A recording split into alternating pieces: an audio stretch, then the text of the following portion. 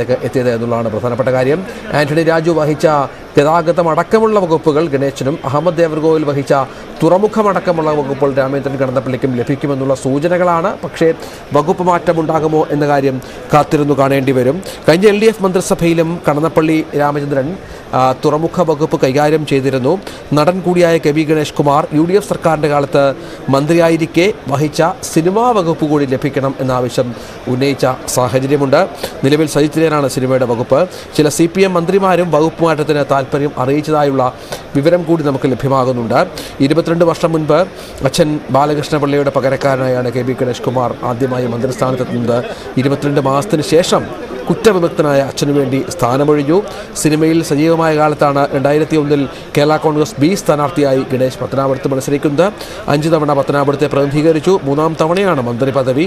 ആദ്യ തവണ ആന്റണി മന്ത്രിസഭയിൽ ഗതാഗത മന്ത്രി, 2-ാം തവണ ഉമ്മൻചാണ്ടി മന്ത്രിസഭയിൽ വനം മന്ത്രിയായി ചുമതലയേറ്റു. 2ാം പിണറായി സർക്കാരിൽ ഒരു MLA മാത്രമുള്ള ഘടകകക്ഷികൾക്കും മന്ത്രിസ്ഥാനം നൽകാനുള്ള തീരുമാനപ്രകാരമാണ് ഇപ്പോൾ ഗണേഷ് കുമാർ മന്ത്രിയാകുന്നത് എന്നുള്ളതാണ് ഏറ്റവും പ്രധാനപ്പെട്ട കാര്യം. 1980 ഇരിക്കൂറിൽ നിന്നുള്ള MLA ആയെങ്കിലും രാമേന്ദ്രൻ കടന്നപ്പള്ളി മന്ത്രിയായത് 29 വർഷങ്ങൾക്ക് ശേഷമാണ്.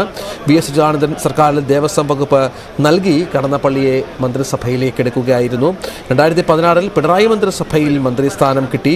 3ാം തവണ മന്ത്രിയാകുന്നത് 2.5 വർഷത്തെ ഇടവേളയ്ക്ക് ശേഷമാണ്.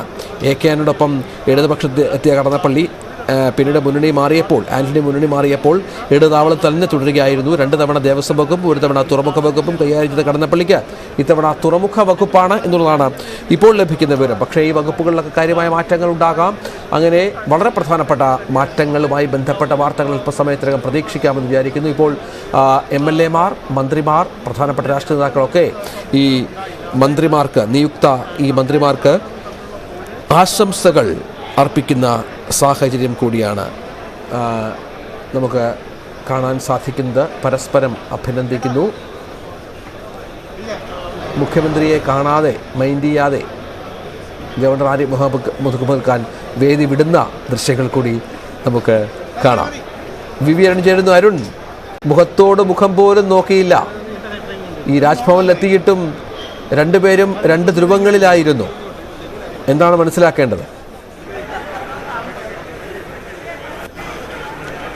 അതുതന്നെയാണ് നമ്മൾ ഇന്നലെ മുതൽ റിപ്പോർട്ട് ചെയ്ത ഏറ്റവും കൗതുകരമായ, അല്ലെങ്കിൽ കേരളം കാണാൻ കാത്തിരുന്ന കാഴ്ചകളിലൊന്ന് ഗവർണർ മുഖ്യമന്ത്രി കൂടിക്കാഴ്ച തന്നെയായിരുന്നു. ആ കൂടിക്കാഴ്ച എങ്ങനെയെന്നുള്ളത് നമുക്ക് വളരെ വ്യക്തമായി കാണാനായി.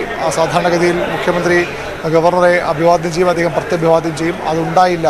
5 മിനിറ്റോളം രണ്ടുപേരും ഒരുമിച്ച് ഈ വേദിയിലുണ്ടായിട്ടും പരസ്പരം മുഖത്ത് നോക്കാനോ അല്ലെങ്കിൽ ഒരു ഹസ്താനം നൽകാനോ തയ്യാറായ ഏറ്റവും പ്രധാനപ്പെട്ട കാര്യം എത്രത്തോളം തീവ്രമാണ് ഇരു വിഭാഗങ്ങളും, 2 ഭരണഘടനാ സ്ഥാപനങ്ങൾ തമ്മിലുള്ള, സർക്കാരും രാജ്ഭവനും തമ്മിലുള്ള വിദ്വേഷം. നമ്മൾ ഇത്രനാൾ അതിനെ ഒരു പോരെന്നൊക്കെ വളരെ ക്ലീഷേ രൂപത്തിൽ പറഞ്ഞു പോകുമെങ്കിലും അതിനപ്പുറത്തേക്കുള്ള വിദ്വേഷം തന്നെയാണ് മുഖ്യമന്ത്രിയും ഗവർണറുമായും സർക്കാരും ഗവർണറുമായി ഉള്ളത് എന്നത് ഏറ്റവും തെളിയിക്കുന്ന ഒരു കാഴ്ചയാണ് നമുക്കിവിടെ ഇന്ന് ഈ സത്യപ്രതിജ്ഞ ചടങ്ങിൽ കാണാനായത്. അതിൻ്റെ ഏറ്റവും പ്രധാനപ്പെട്ട തെളിവ് തന്നെയാണ് നമുക്കിവിടെ കാണാനായത്. ഇപ്പോൾ നേതാക്കൾ ഓരോരുത്തരായി ഇവിടെ പുതിയ മന്ത്രിമാരെ അഭിനന്ദിക്കുകയാണ്. തുറമുഖ വകുപ്പാണ് കടന്നപ്പള്ളിക്ക് നമ്മൾ നേരത്തെയൊക്കെ റിപ്പോർട്ട് ചെയ്തെങ്കിൽ ഒരുപക്ഷേ തുറമുഖ വകുപ്പ് കടന്നപ്പള്ളിക്ക് ലഭിച്ചേക്കില്ല എന്ന ചില സൂചനകൾ കൂടി ഈ ഘട്ടത്തിൽ നമുക്ക് ലഭിക്കുന്നുണ്ട്. മുഖ്യമന്ത്രി തന്നെ തുറമുഖ വകുപ്പ് കൈകാര്യം ചെയ്യാനുള്ള സാധ്യതകളാണ്. തുറമുഖമല്ലെങ്കിൽ ഏത് അരുൺ? ദേവസ്വം നേരത്തെ കടന്നപ്പള്ളി രാമേന്ദ്രൻ കൈകാര്യം ചെയ്യുന്ന വകുപ്പാണ്. ഒരുപക്ഷെ അതിലേക്കും കാര്യങ്ങൾ പോയേക്കാം അല്ലേ? അതാണ് അവിടെയാണ് സ്വാഭാവികമായും അങ്ങനെ ഉണ്ടായാലും അത്ഭുതപ്പെടാനില്ല. കൃത്യമായ ഒരു വിവരം ഇതുമായി ബന്ധപ്പെട്ട് ലഭ്യമായിട്ടില്ല. ഏതായാലും വകുപ്പുകളുടെ കാര്യത്തിലൊരു മാറ്റമുണ്ടാകുമെന്ന് ഉറപ്പാണ്. അത് മുഖ്യമന്ത്രി ഇന്ന് വൈകിട്ട് ഗവർണറെ അറിയിക്കും. അതിനനുസരിച്ച് മാത്രമേ കാര്യങ്ങൾ നമുക്ക് ആ രീതിയിൽ സ്ഥിരീകരിക്കാനാകൂ. ഏതായാലും വകുപ്പുകളുടെ കാര്യത്തിൽ മാറ്റമുണ്ട്. തുറമുഖ വകുപ്പ് ഒരുപക്ഷേ മുഖ്യമന്ത്രി തന്നെ കൈകാര്യം ചെയ്യേണ്ട സാധ്യതയും നമുക്ക് ഈ ഘട്ടത്തിൽ തള്ളിക്കളയാനാകില്ല. സാധാരണ ഒരു ചായ സൽക്കാരം ഈ രാജ്ഭവനിൽ പതിവാണ്. മുഖ്യമന്ത്രി പോയി എന്നാണ് മനസ്സിലാക്കുന്നത്. അദ്ദേഹം പങ്കെടുക്കാതെയുള്ളൊരു സൽക്കാരമായിരിക്കുമോ? ആരെങ്കിലും അതിൽ പങ്കെടുക്കാൻ സാധ്യതയുണ്ടോ?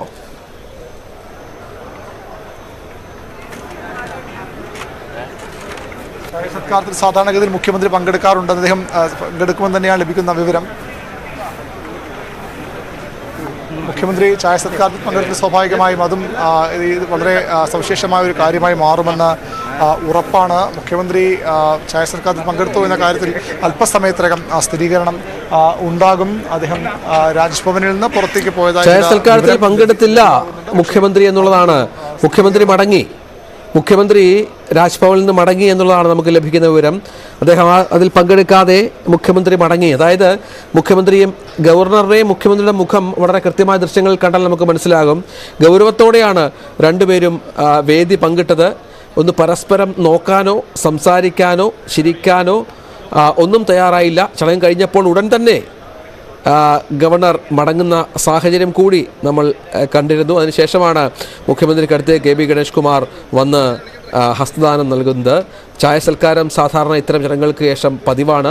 അടുത്തിരുന്നിട്ട് പോലും സംസാരിക്കാതെയാണ് ഇരുവരും മടങ്ങിയത്. ഒരു രാജ്ഭവനിലെ ജീവനക്കാരിയാണെന്ന് തോന്നുന്നു. മുഖ്യമന്ത്രിയെ ചായ സൽക്കാരത്തിന് ക്ഷണിക്കുന്ന ദൃശ്യങ്ങളും നമുക്ക് കാണാം. പക്ഷേ അദ്ദേഹം പങ്കെടുത്തില്ല. അദ്ദേഹം മടങ്ങി. മന്ത്രിമാർക്ക് ആശംസകൾ നേർന്നുകൊണ്ട് മുഖ്യമന്ത്രിയും മടങ്ങി. രാജ്ഭവനിലേക്ക് ഗവർണറും മടങ്ങിപ്പോയി എന്നുള്ളതാണ് പ്രധാനപ്പെട്ട കാര്യം. അങ്ങനെ നമ്മുടെ ഈ മന്ത്രിമാർ സത്യപ്രതിജ്ഞയൊക്കെ പ്രധാനപ്പെട്ട ഒരു ചടങ്ങായി അവിടെ നടന്നു എങ്കിൽ പോലും ഈ മുഖ്യമന്ത്രിയും ഗവർണറും തമ്മിലുള്ള ആ ഒരു സംവിധാനം, അതിൽ മാറ്റമില്ല എന്നുള്ളത് പ്രധാനപ്പെട്ട വിവരമാണ്. അരുൺ, ചായ സൽക്കാരത്തിൽ മുഖ്യമന്ത്രി പങ്കെടുത്തില്ല. അദ്ദേഹം മടങ്ങി.